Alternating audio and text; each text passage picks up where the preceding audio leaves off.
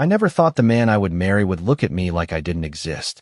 The room was too quiet for a wedding, filled with people who spoke in low voices and eyes that never quite met mine, as if this wasn't something to celebrate, but something to witness, something inevitable, something already decided long before I walked down that aisle in a dress that didn't feel like mine. Emily Carter kept her hands still, even as the ring, cold, heavy, too large, rested against her skin, a silent reminder that nothing about this moment belonged to her. Not the mansion outside, not the name she was about to take, and certainly not the man standing across from her. Alexander Hayes didn't smile, didn't move, didn't even pretend, his expression unreadable, distant, like he was somewhere else entirely, somewhere far from the vows being spoken, far from the woman he was about to call his wife. He was older, everyone knew that, not just in years but in presence, in the way the air seemed to shift around him, in the way people stepped aside without being asked, in the quiet authority that didn't need to be spoken. When his eyes finally met hers, it wasn't warmth she felt, not even curiosity, just a brief, measured glance, like he was confirming a detail in a contract. The officiant's voice blurred into the background, words about commitment and forever floating past like something from another life, another story, one that didn't belong to her.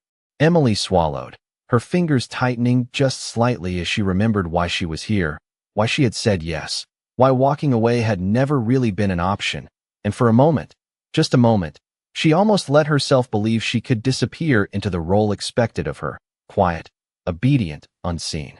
The ring slid onto her finger, too loose, slipping just enough to remind her it could fall at any moment. And when it was her turn, her voice came out softer than she expected, steady but fragile at the edges, like something trying not to break. Alexander's hand brushed hers only for a second, a necessary contact, nothing more, and even that felt like it shouldn't have happened, like he had already drawn a line she wasn't meant to cross. Then it was done, just like that, no applause, no music swelling, just a quiet shift in the room as people began to move again, as if the transaction had been completed. He didn't kiss her, didn't even lean closer, just stepped back and adjusted his cuff with the same calm precision, his voice low when he finally spoke, meant only for her. "This is not a marriage," he said, each word clear, controlled, leaving no space for misunderstanding. "It's an arrangement." Emily felt the weight of it settle, heavier than the ring, heavier than the name she had just taken, but she didn't look away, didn't step back, because somewhere deep inside, beneath the fear and the silence and everything she had agreed to, there was something else she hadn't told him, something he didn't know, something that would change everything the moment it surfaced. And as she stood there, in a wedding that felt like a beginning and an ending at the same time, she realized one quiet, dangerous truth. This arrangement was never going to stay simple. The house was already silent by the time Emily stepped inside, the kind of silence that did not feel peaceful but empty, like something important had been taken away long ago and never replaced, and as the tall doors closed behind her, the sound echoed longer than it should have, as if the space itself was reminding her how small she was in it. The floors were polished to perfection, the air faintly scented with something expensive and distant, and everything around her looked untouched, like no one truly lived there, like it was a place meant to impress rather than to hold a life. A woman in a dark uniform greeted her with a polite nod, guiding her through wide hallways and past rooms she could not even begin to count, but no one asked her how she felt, no one welcomed her as a bride, and no one said her name like it mattered. Emily kept her hands close, fingers brushing lightly against the ring that still felt too loose, the metal cool against her skin, shifting just enough with each step to remind her that it did not belong to her yet. When they reached the bedroom prepared for her, she hesitated at the doorway, taking in the size of it. The king-sized bed untouched, the curtains drawn just enough to let in a soft gray light. And for a moment, she thought of what a normal wedding night should feel like, what people expected, what stories promised, but none of that lived here. The woman placed her small suitcase near the dresser and quietly left, closing the door with a soft click that sounded final, like a line being drawn. Emily stood there alone, listening, waiting for footsteps, for a sign that he might come, that he might at least acknowledge her presence.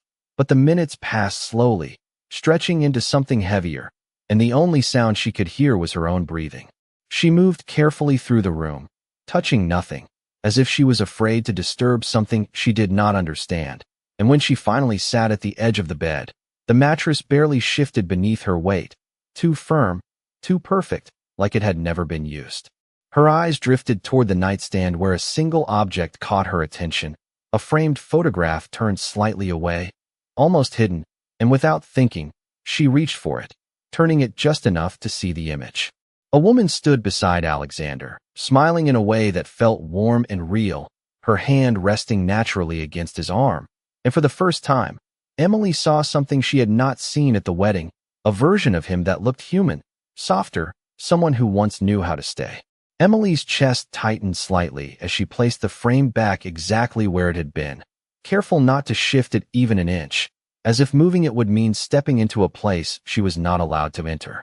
Hours passed, and the light outside faded into night, the house growing even quieter, until the sound of a distant door opening made her pause, her breath catching just slightly as she listened, hoping, wondering, but the footsteps that followed moved in the opposite direction, steady, controlled, and then disappeared entirely. He was home, but not with her. Emily lay down slowly, still in the unfamiliar space, her fingers curling lightly against the sheets, the ring pressing against her skin as she closed her eyes, and in that quiet, in that distance, one truth settled deeper than anything else. She was not here to be loved, she was here to exist, and somewhere in another part of the house, behind a door she would not cross, Alexander Hayes had already chosen to keep it that way. Emily woke to a quiet that felt exactly the same as the night before, soft gray light slipping through the curtains as if nothing in this house ever truly changed, and for a moment she stayed still, listening, hoping there would be something different today, a voice, a step, anything that might remind her she was not invisible here. But there was nothing, only the faint hum of a distant system and the steady rhythm of her own breath. She sat up slowly, her hand instinctively finding the ring, adjusting it when it slipped again, the metal still unfamiliar, still not fitting the life it was supposed to represent, and as she stood, she noticed a folded note placed neatly on the dresser, something that had not been there the night before. Her heart moved just slightly as she picked it up, a quiet, almost foolish hope rising before she could stop it, but the moment she read the words, it settled back into something smaller. Breakfast is served at 7. The driver will be available if needed. There was no name, no signature, no acknowledgement, just instructions, clean and impersonal, like everything else in this house. Emily let out a small breath she did not realize she was holding and placed the note back exactly where it had been, smoothing it gently as if even that small gesture mattered. She dressed simply, choosing something neutral, something that would not draw attention she knew would not come anyway, and made her way downstairs, each step echoing softly against the white space. The dining room was already prepared, a long table set with more than she could ever need, but only one place was used, a single cup of coffee still warm, a plate untouched beside it, and she paused at the entrance, unsure if she was allowed to sit, unsure if this was meant for her at all. After a moment, she stepped forward and took the seat, her movements careful, quiet, as if she was entering someone else's routine. The coffee was strong, the warmth grounding. In a way the room was not, and as she reached for it, she noticed a second cup across the table, empty, untouched, placed there as if someone had intended to sit but changed their mind. She glanced toward the door, listening again, but the silence remained, steady and unmoving. Time passed slowly, each second stretching just enough to make her aware of it, and just as she was about to stand, the sound of footsteps approached, measured and even, and for the first time since the wedding, her breath caught before she could stop it.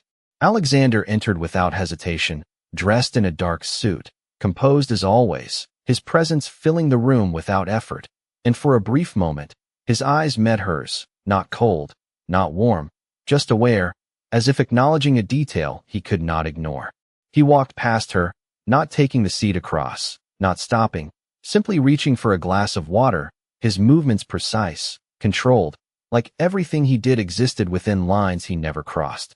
Emily stayed still, unsure if she should speak, unsure if silence was expected, And just as she gathered enough courage to say something, anything, his voice came first, low and calm, not unkind but distant in a way that made it clear where she stood. "You do not have to wait for me," he said, setting the glass down without looking at her again. "Your schedule will be handled." The words lingered in the space between them, not harsh, not gentle, simply final, and before she could respond, he was already turning, already moving away, the distance between them restored in seconds. Emily watched him go, her fingers tightening slightly around the cup, the warmth fading just enough to remind her of the quiet again, and as the sound of his footsteps disappeared down the hallway, she realized something deeper than before, something she could not ignore anymore. This house did not just hold silence, it protected it, and somewhere behind that control, behind the careful distance, there was a part of him that refused to be touched, not by memory, not by presence, and certainly not by her. The rain started just after sunset, soft at first, then steady, tapping against the tall windows like a quiet insistence that refused to be ignored, and Emily found herself standing near the glass, watching the blurred lights outside, her reflection faint against the dark, her hand unconsciously resting over the ring that still did not fit, still shifting as if it belonged to a different life. The house felt even larger at night, the silence deeper, stretching into every corner, and she had begun to understand its rhythm, the way doors closed without sound, the way footsteps disappeared before they could reach her, the way Alexander existed just out of reach, always near but never present. She told herself she would not wait tonight, that she would not listen for him, but when she heard the faint sound of something breaking the stillness, something uneven, not part of the house's usual order, she turned before she could stop herself. The hallway lights were dim, casting long shadows across the polished floor, and as she stepped out, her movements slow, cautious, she followed the sound, each step guided by something she did not fully understand, something that felt like concern even though she had no right to it.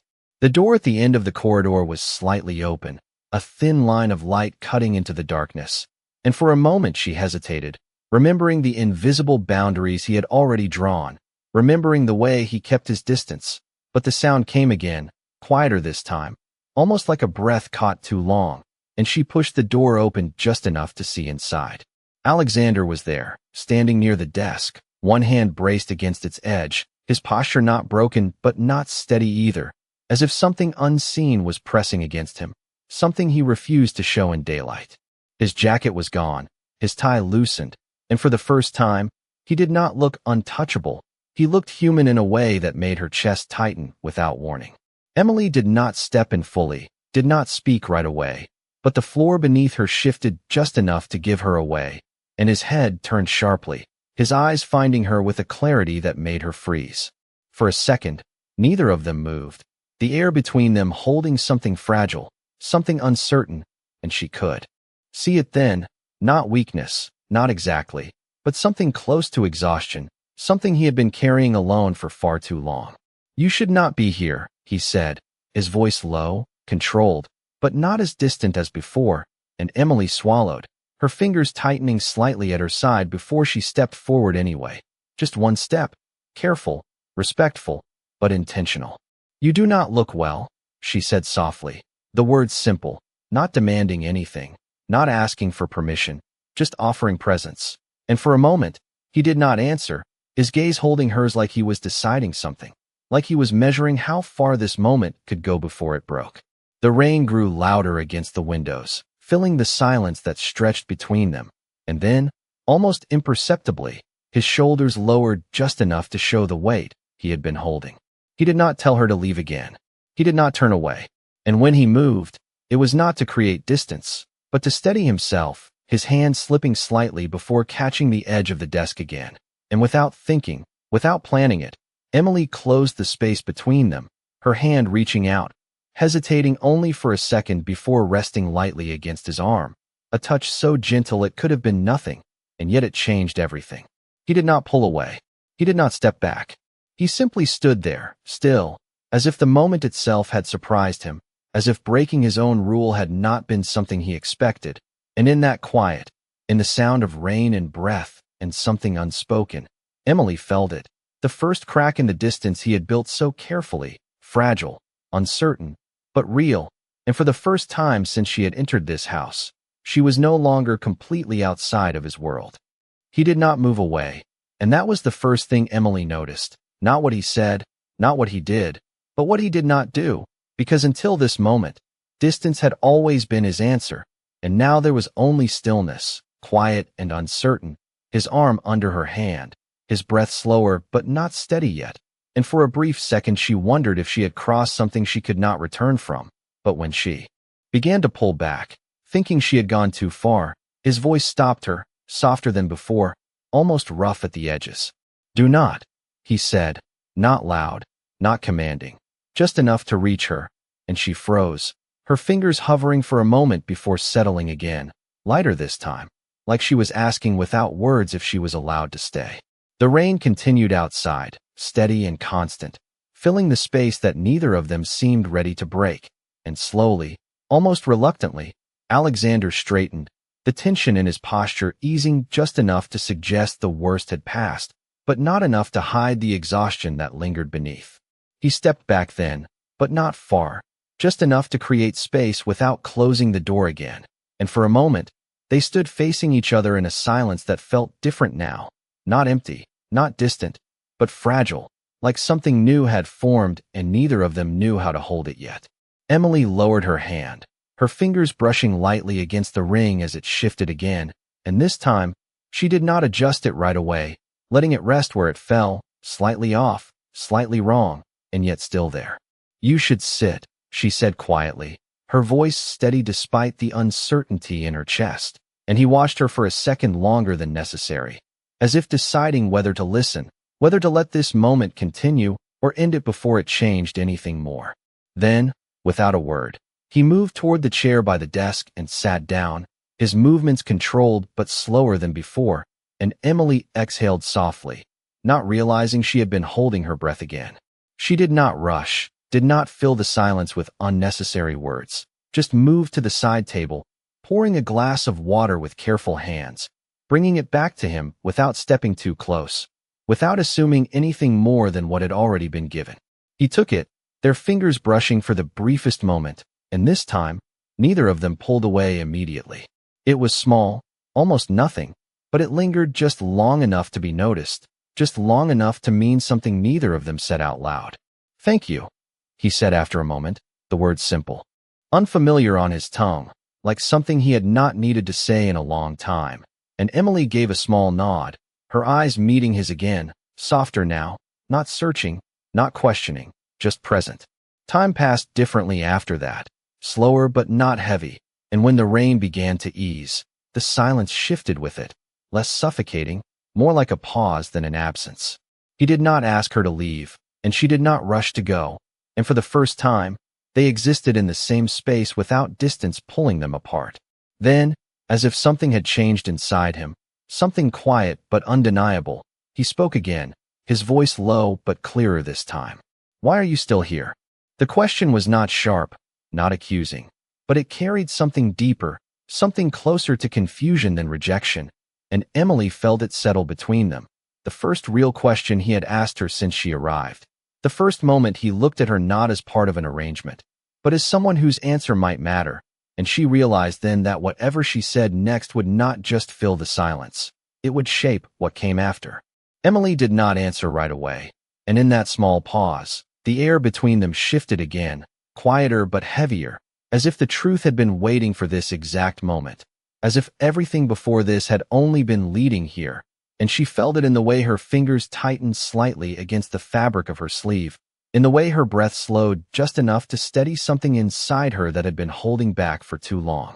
Alexander did not look away, his eyes fixed on her with a focus that was different now, not distant, not detached, but searching in a way that made it impossible to hide behind silence. And for the first time since she had stepped into his world, Emily understood that he was not asking out of habit. He was asking because he needed to know. "Because I chose to stay," she said softly, her voice calm but carrying something deeper, something that did not fit the role he had given her. And for a moment, there was no reaction, just stillness, like the words had not fully reached him yet. Then his expression changed, not dramatically, not visibly to anyone else. But she saw it, the slight narrowing of his eyes, the shift in his posture, the way something inside him became alert, cautious, as if her answer had crossed into territory he did not expect. "That is not how this works," he said, his tone controlled again, the distance beginning to return in subtle layers, and Emily felt it, the quiet closing of something that had just started to open, but she did not step back this time. "I know," she replied, her gaze steady, her voice still soft but no longer uncertain. "But that does not mean it is not true." The silence that followed was different now, not fragile, not uncertain, but tense, stretched thin by something neither of them could ignore anymore.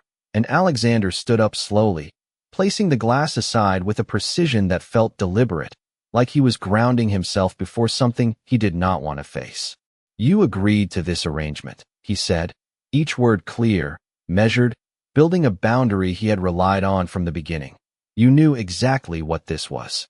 Emily nodded slightly, her hand finally adjusting the ring as it slipped again, but this time, the movement felt intentional, like she was acknowledging it rather than fixing it.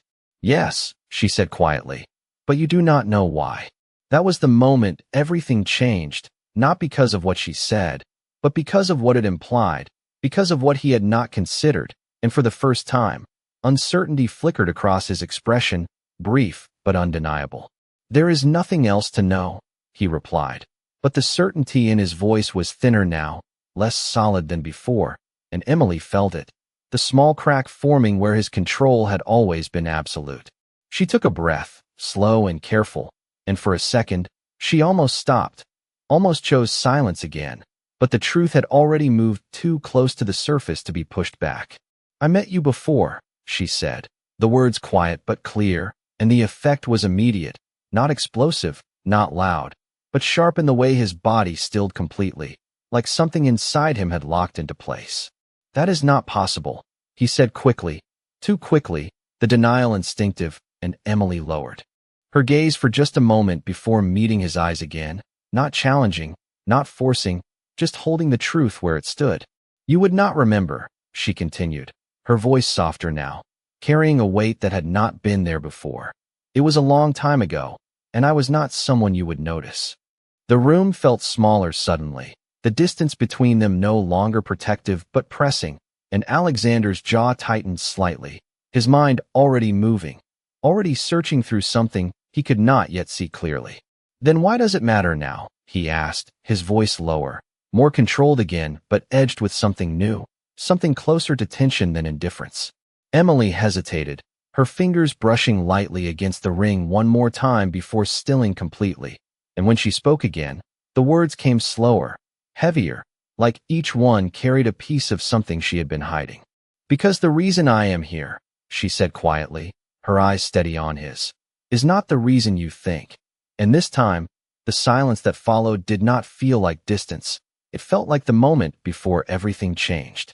Alexander did not speak for several seconds, and in that silence, something inside the room shifted, heavier than before, no longer uncertain but pressing, like a truth that had already begun to unfold whether he accepted it or not.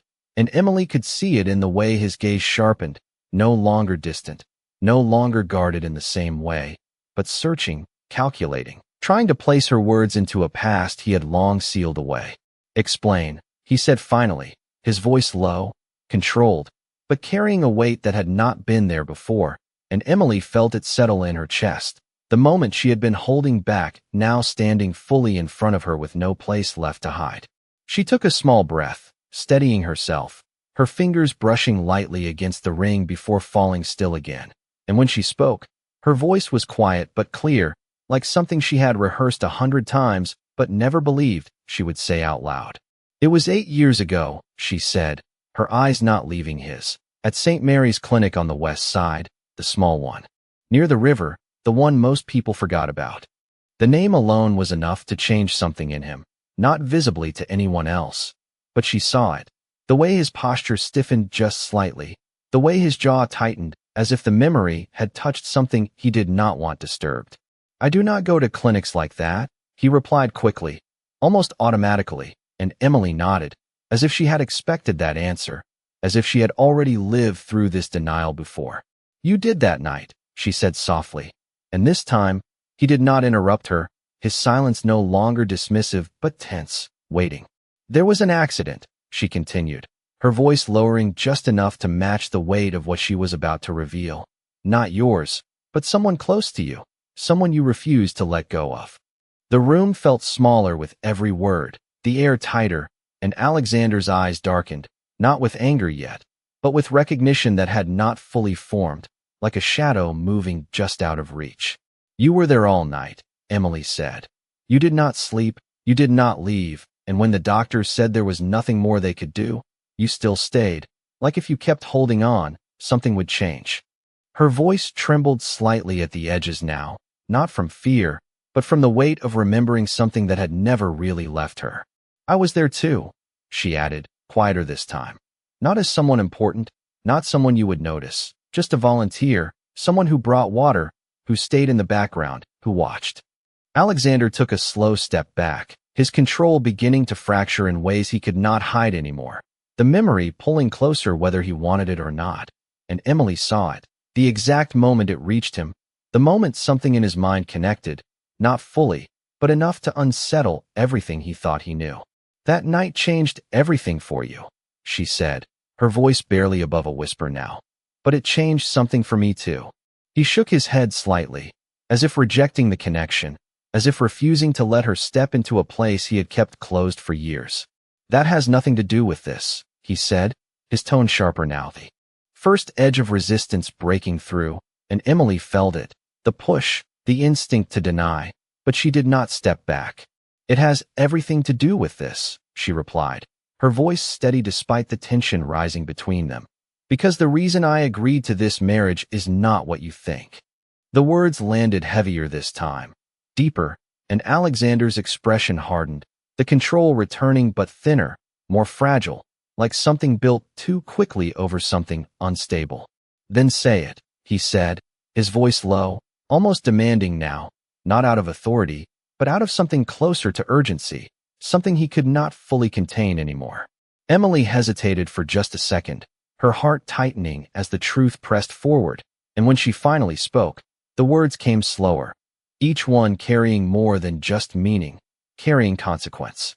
"The woman in that room," she said softly, her eyes steady on his. "The one you would not leave." She paused, just long enough for the silence to deepen. She was not alone that night, and in that moment, before she could say anything more, before the truth could fully surface, Alexander's expression shifted completely, not into understanding, not yet, but into something more dangerous, something that meant whatever came next would not leave either of them unchanged. The silence after her words did not fade. It deepened, stretching between them until it felt almost unbearable, and Alexander did not move, did not speak, his eyes fixed on her as if he was seeing something he had refused to see for years, something that had been there all along but never fully understood, and when he finally exhaled, it was slow, controlled, but not steady. "What do you mean?" he asked, his voice lower now, no longer distant, no longer guarded in the same way, but carrying something sharper, something closer to fear than anger, and Emily felt it, the shift, the moment where everything could break or finally come together. She took a small step closer, not to invade his space, but to stay within it, to make sure he did not retreat again, and her fingers brushed lightly against the ring as it slipped once more, a quiet reminder of where she stood and why she had come this far. She was not alone, Emily repeated softly, her eyes steady on his. "Because I was the one who stayed when everyone else left." The words landed slowly, not loud, not dramatic, but heavy in a way that could not be ignored, and Alexander's expression tightened, his mind already moving through the memory, searching, piecing together fragments he had never connected before. "You were just a volunteer," he said, almost as if he was trying to reduce it, to make it smaller, easier to dismiss, but Emily shook her head slightly, her voice calm but unwavering. "I was more than that in that moment," she said. "Because when the doctors stepped out, when the room went quiet, when you could not hold everything together anymore, I was the one who stood there and told you she could still hear you." The air shifted again, heavier, charged with something unspoken, and Alexander's hand tightened slightly at his side. The memory pulling closer now, clearer, more defined, and Emily saw it. The recognition finally breaking through the walls he had built. "You said something," she continued, her voice softer now, almost like she was speaking to that version of him from years ago. "You said if she could just hear you one more time, you would not let her go alone." His breath caught, barely noticeable, but enough, and for a moment, he looked away, just for a second, like the weight of it was too much to hold directly.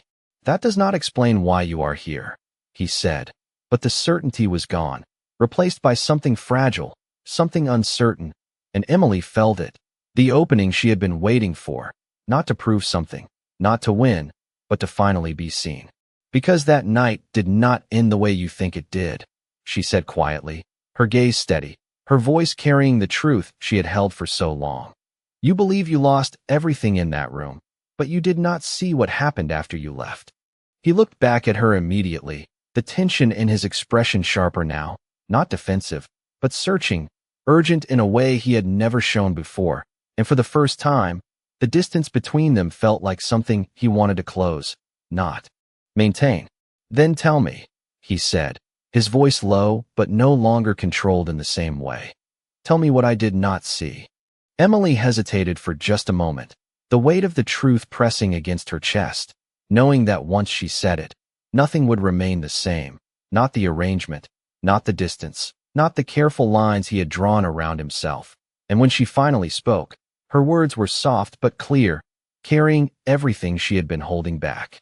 "She did not leave that night alone," Emily said, her fingers stilling against the ring, her eyes locked on his. "Because I stayed until the end, and I heard the last thing she said." The silence that followed was immediate, absolute. And then, just as the weight of it settled fully between them, she added, barely above a whisper, "And it was your name." The world did not shatter when she said it. It went quiet in a way that felt even heavier, as if every sound had been pulled out of the room and replaced with something deeper, something that settled directly into the space between them. And Alexander did not move, his eyes fixed on her, not distant anymore, not guarded, but exposed in a way he had never allowed before. He breathed in slowly, as if trying to steady something that had already begun to break.